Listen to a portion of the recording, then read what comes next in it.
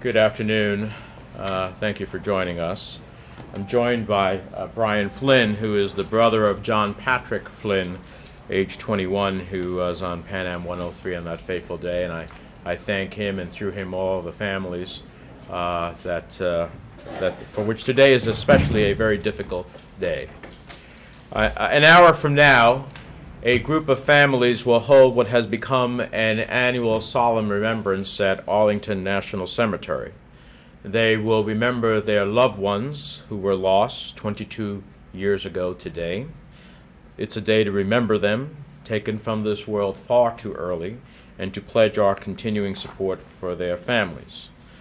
On December 21st, 1988, over the skies of Lockerbie, Scotland, a bomb exploded and ripped through Pan Am Flight 103, which was on its way from London to New York. 270 lives were ended with that terrorist act. Hundreds more lives were shattered. Though nothing can ever return their sons, daughters, husbands, or wives, brothers, or sisters, for 8 years, 8.5 years at least, between January 31st, 2001 and August 20th of last year, Abdel Basset Al-Megrahi sat behind bars in a Scottish prison, convicted to a life sentence for the bombing, and some measure of justice had been achieved. And yet, as our report is entitled, somehow justice was undone. The world watches the man who took down a jumbo jet full of innocent passengers, ascended the steps to an airplane that would fly him away from prison to freedom, to a nation that would greet him in celebration.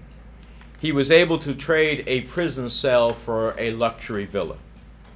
The Scottish government maintained that Al-Megrahi's release was granted on the basis of compassion, citing 3 months as a, quote, reasonable estimate for his life expectancy due to prostate cancer, saying he was in his, quote, final days.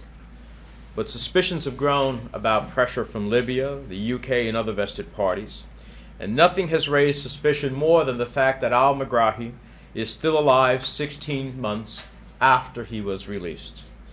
This summer, when one of the doctors most often cited at the time of Al-Megrahi's release said that the convicted terrorist could live for 10 years, 4 senators from New Jersey and New York, my colleagues who are co-authors of this report, Senator Lautenberg, Senator Schumer, Senator Gillibrand, were compelled to act, and we tried to leave no stone unturned. We pushed the United Kingdom government to undertake an independent investigation into the release. We met with Prime Minister Cameron to press the matter. We contacted witnesses who we believed would want to clear the cloud of doubt.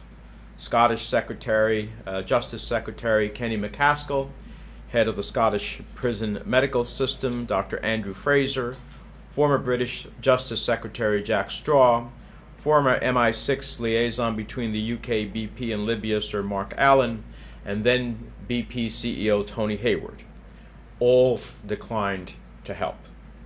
We launched an independent investigation from my office. We held a hearing which included testimony from expert witnesses and the United States government. Over the course of the past 5 months, members of my staff have spoken to experts, made contacts both domestic and abroad, conducted interviews in the United States, Britain, and Scotland, and analyzed all existing and new information available on this matter. The result of the hearing and the investigative work is the report that we are releasing today. The bottom line is, 1, the Lockerbie Bomber was released without medical justification. 2, Al-Megrahi was released because of a combination of commercial and political pressures exerted by the Libyans and private commercial interests on the Scottish and British governments. The United Kingdom responded to the threat of Libyan commercial warfare and lobbying by BP with pressure on Scotland. The Scottish government engaged Libya, Qatar, and the United Kingdom on the matter of releasing Al-Megrahi. It was a high-stakes chain of events on a global stage involving multi-nation political talks, lucrative commercial interests, and a faulty medical justification. At the end of it all, a convicted terrorist walked safely down a set of airplane steps in Tripoli, greeted by a cheering throng. In our investigation, we first examined the foundation of the justification for Al-Megrahi's release. I want to invite Senator Lautenberg to join me here, one of the co-authors and one of the leading members on this effort. The Scottish government has said time and time again that the release was simply a matter of medical fact, and we wanted to know whether it was indeed fact or fiction. The facts are that no medical expert we interviewed would defend a 3-month prognosis, not based on the condition of Al-Megrahi, not based on the Scottish government's own medical report, not based on the video evidence of him ascending and descending from his airplane.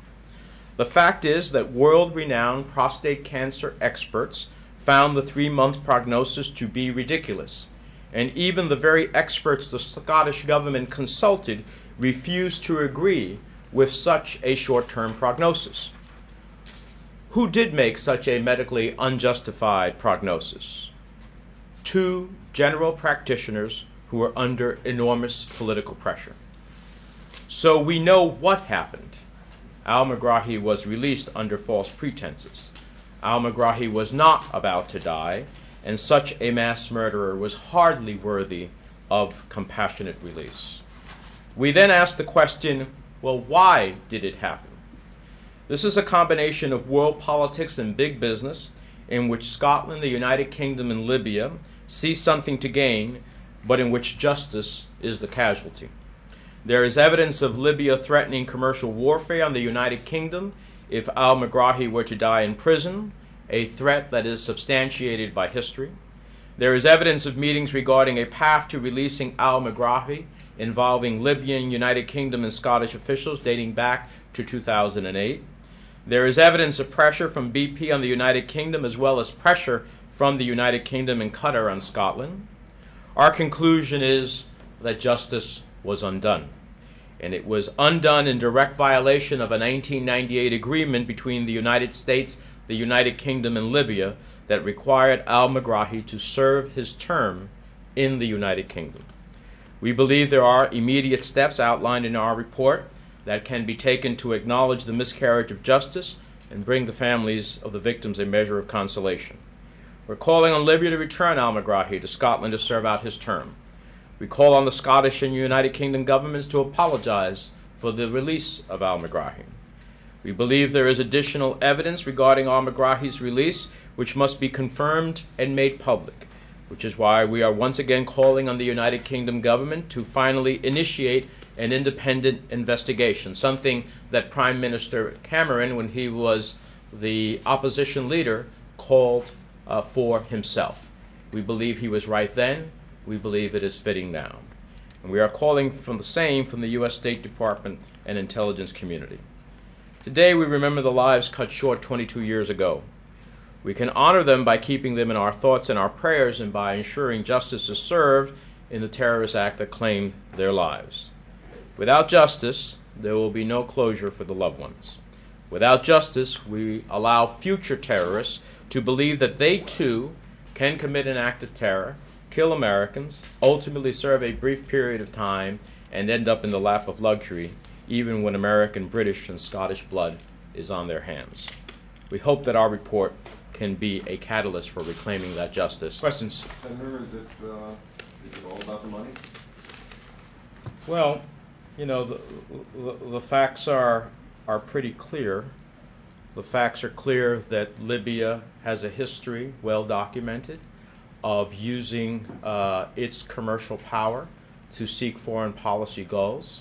It is very clear that Al-Megrahi was a prime prize for Gaddafi to get back for domestic purposes because of the tribe that Al-Megrahi came from.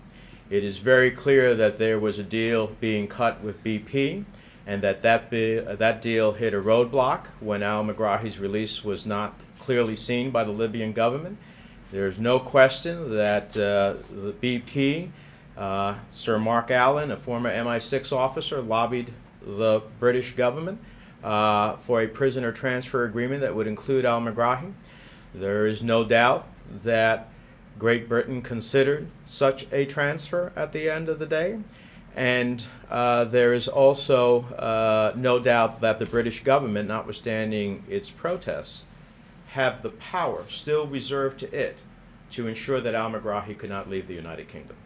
All of those things makes a pretty compelling story as to the commercial interests that were involved here. Ended up, BP got their deal, the rocky roads were made smooth, and not only was that deal consummated, but other commercial deals were consummated subsequent to Megrahi's release.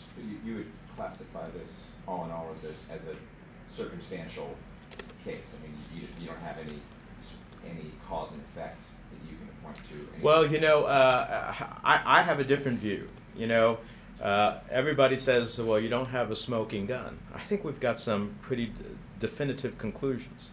We have all the smoking guns we need.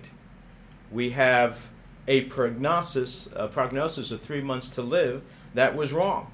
And every medical expert, both before the committee and even those who were consulted in Scotland, would not give a 3-month medical prognosis. And they turned to 2 generalists who have no expertise in cancer or prostate cancer, who were under enormous pressure, who were in a series of meetings, including where it was very clear that the Libyans were influencing and saying that it would be a big problem if Al-Megrahi died in a Scottish jail. It is very clear that we have enormous pressure from Libya to get Al-Megrahi back, or else. We have UK commercial interests lobbying its government for Al-Megrahi's release. We have the United Kingdom lobbying Scotland for Al-Megrahi's release. And we know that even under the devolution legislation to Scotland, that the United Kingdom reserved the right on foreign policy and foreign individuals under its territory. Therefore, they could have stopped Al-Megrahi from leaving in accordance and the expectation of the United States government to the 1998 agreement. You know, I don't know, I don't think it takes a rocket scientist to figure out what happened here. Anyone else? Is this the first time you've mentioned possible involvement of Qatar? Of who? Qatar. I think, I don't know if at the hearing Qatar came up, but certainly Qatar is, you know, one of those entities that lobbied the Scottish government and for which there were commercial interests that were important to the Scottish government as it related to the government of Qatar. Was there any cooperation at all from BP on this? Did you talk to BP officials? None whatsoever. You know, they, in response to our request at the hearing for Tony Hayworth to come forth, they offered us a BP official who, when we asked, had no knowledge of all what took place within BP as it related to Sir Mark Allen and the lobbying. And therefore, it would have been an absolute charade to have had that individual before the committee when they in fact were telling us prior to our considering accepting that individual that they had no knowledge. It didn't make any sense whatsoever. It was no real commitment. It just goes to show it's something our government has to consider at the end of the day when it continues to lease the drilling of spaces in the continental United States, whether a commercial entity like BP, who was involved in this type of effort of trying to release a terrorist because their commercial interest of a $900 million contract was more important than justice, is an entity worthy of doing business with the United States government. What is the State Department? Has the State Department told you anything of substance about their willingness to press this issue in the way that you want them to, or make it an issue with the UK or Scotland or Qatar or anybody else? Well, you know, and Senator Laurenberg, join me on any of these you want. The United States government, State Department, has made it very clear that from the very beginning they opposed Al-Megrahi's release. It is my hope that this report come to light with all the facts is something that you just cannot ignore. And it is my hope that they will continue to engage both the British and Scottish government in some of the courses we've talked about. Seek an independent inquiry, seek Al-Megrahi's return, those will ultimately move us closer to the justice that we had fulfilled when Al-Megrahi was in You prison. can pursue you can pursue legislation compelling states to do just that, couldn't you? We could, and we will look at that at the appropriate time. First, we're going to wait for the State Department's report.